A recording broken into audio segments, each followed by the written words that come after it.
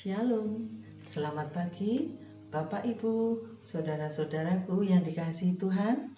Selamat bertemu kembali dalam renungan singkat dari Jemaat Yosodipuro.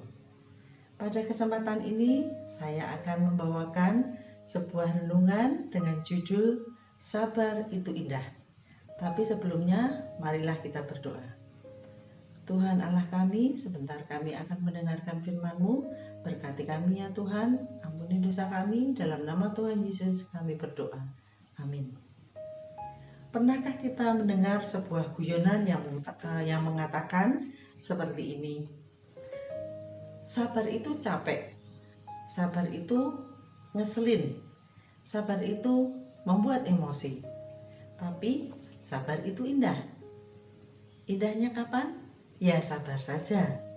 Dan tahukah kita apakah arti sabar itu? Sabar adalah sebuah sikap di dalam menahan emosi dan keinginan, serta bertahan dalam situasi yang sulit dengan tidak mengeluh. Sabar juga merupakan suatu sikap atau kemampuan mengendalikan diri yang juga dipandang sebagai sikap yang mempunyai nilai lebih dan mencerminkan kekokohan jiwa bagi orang yang memilikinya. Mari kita lihat di dalam Alkitab, apakah arti sabar yang sudah saya sebutkan itu sesuai. Kita akan membaca dalam Amsal 15 ayat 18. Si pemarah membangkitkan pertengkaran, tetapi orang yang sabar memadamkan perbantahan. Terbukti benar bahwa orang yang sabar bisa menahan emosinya. Lalu di dalam 2 Korintus 6 ayat 4 mengatakan, sebaliknya dalam segala hal kami menunjukkan bahwa kami adalah pelayan Allah, yaitu dalam menahan dengan penuh kesabaran dalam penderitaan, kesesakan, dan kesukaran. Ayat ini juga membuktikan bahwa orang yang sabar tidak akan mengeluh di dalam menghadapi kesukaran hidup. Lalu di dalam Amsal 16 ayat 32 tertulis, orang yang sabar melebihi seorang pahlawan. Orang yang menguasai dirinya melebihi orang yang merebut kota. Dengan jelas dalam ayat ini menyebutkan orang yang sabar adalah orang yang bermartabat tinggi, yang levelnya lebih tinggi dari seorang pahlawan. Bagaimanakah caranya supaya kita bisa menjadi orang yang sabar? Saya akan memberikan 3 hal yang bisa kita renungkan atau kita praktekkan di dalam kehidupan kita masing-masing. Dalam 1 Tesalonika 5 ayat yang pertama menyebutkan, mengucap syukurlah dalam segala hal. Jadi, cara yang pertama adalah dengan mengucap syukur. Saya akan membacakan sekali lagi. Mengucap syukurlah dalam segala hal, sebab itulah yang dikehendaki Allah di dalam Kristus Yesus bagi kamu. Berarti kita harus mengucap syukur di dalam segala keadaan, dalam segala kondisi. Lalu 1 Petrus 1 ayat 6 mengatakan, bergembiralah akan hal itu, sekalipun sekarang ini kamu seketika harus berduka cita oleh berbagai-bagai pencobaan.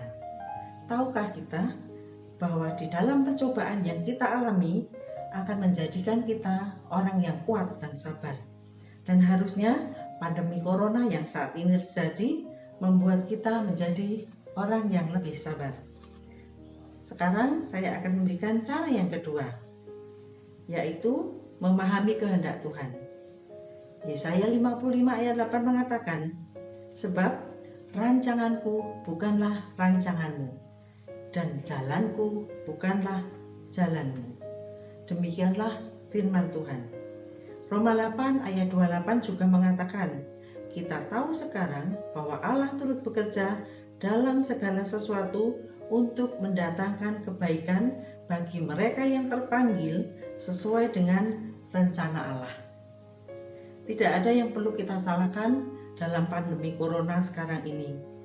Pasti ada hikmah di balik semua yang terjadi di dunia ini. Sebagai umat-umat Tuhan, kita harus bisa memahami bahwa situasi yang saat ini terjadi merupakan kehendak Tuhan.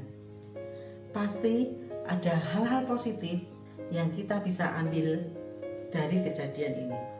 Lalu cara yang ketiga, mengingat janji Tuhan. Yosua 1 ayat 9 mengatakan, "Bukankah telah kuperintahkan kepadamu, kuatkan dan teguhkanlah hatimu, janganlah kecut dan tawar hati, sebab Tuhan Allahmu menyertai engkau kemanapun engkau pergi." Meskipun kondisi saat ini kurang baik bagi kita semua, tapi Allah telah berjanji akan menyertai kita. Sebagai umat percaya, kita harus pegang janji Tuhan itu. Dan kita tahu Allah yang dahulu, Allah yang sekarang adalah Allah yang sama. Asalkan kita tetap setia kepadanya dan kita mengikuti perintahnya, Tuhan akan lepaskan segala sakit penyakit di dalam kehidupan kita. Itulah 3 hal yang bisa kita ingat di dalam hidup kita. Yang pertama adalah bersyukur, lalu memahami kehendak Tuhan. Yang kedua, yang ketiga, mengingat janji Tuhan. Menjadi sabar bukanlah hal yang langsung bisa terjadi begitu saja di dalam diri kita masing-masing, tapi butuh proses di dalam menjalaninya. Dan kita juga butuh ujian supaya kita mengerti apakah kita sabar atau belum. Dan kita juga butuh tuntunan Tuhan. Untuk itu marilah kita tetap bersemangat. Mari kita bersama-sama mengikuti anjuran dari pemerintah untuk menjalani protokol kesehatan. Dan yang terpenting, kita turuti perintah-perintah dari Tuhan. Sebagai ayat penutup, saya akan baca dari Mazmur 145 ayat 18. Tuhan dekat pada setiap orang yang berseru kepadanya, pada setiap orang yang berseru kepadanya dalam kesetiaan. Kiranya Tuhan memberkati kita.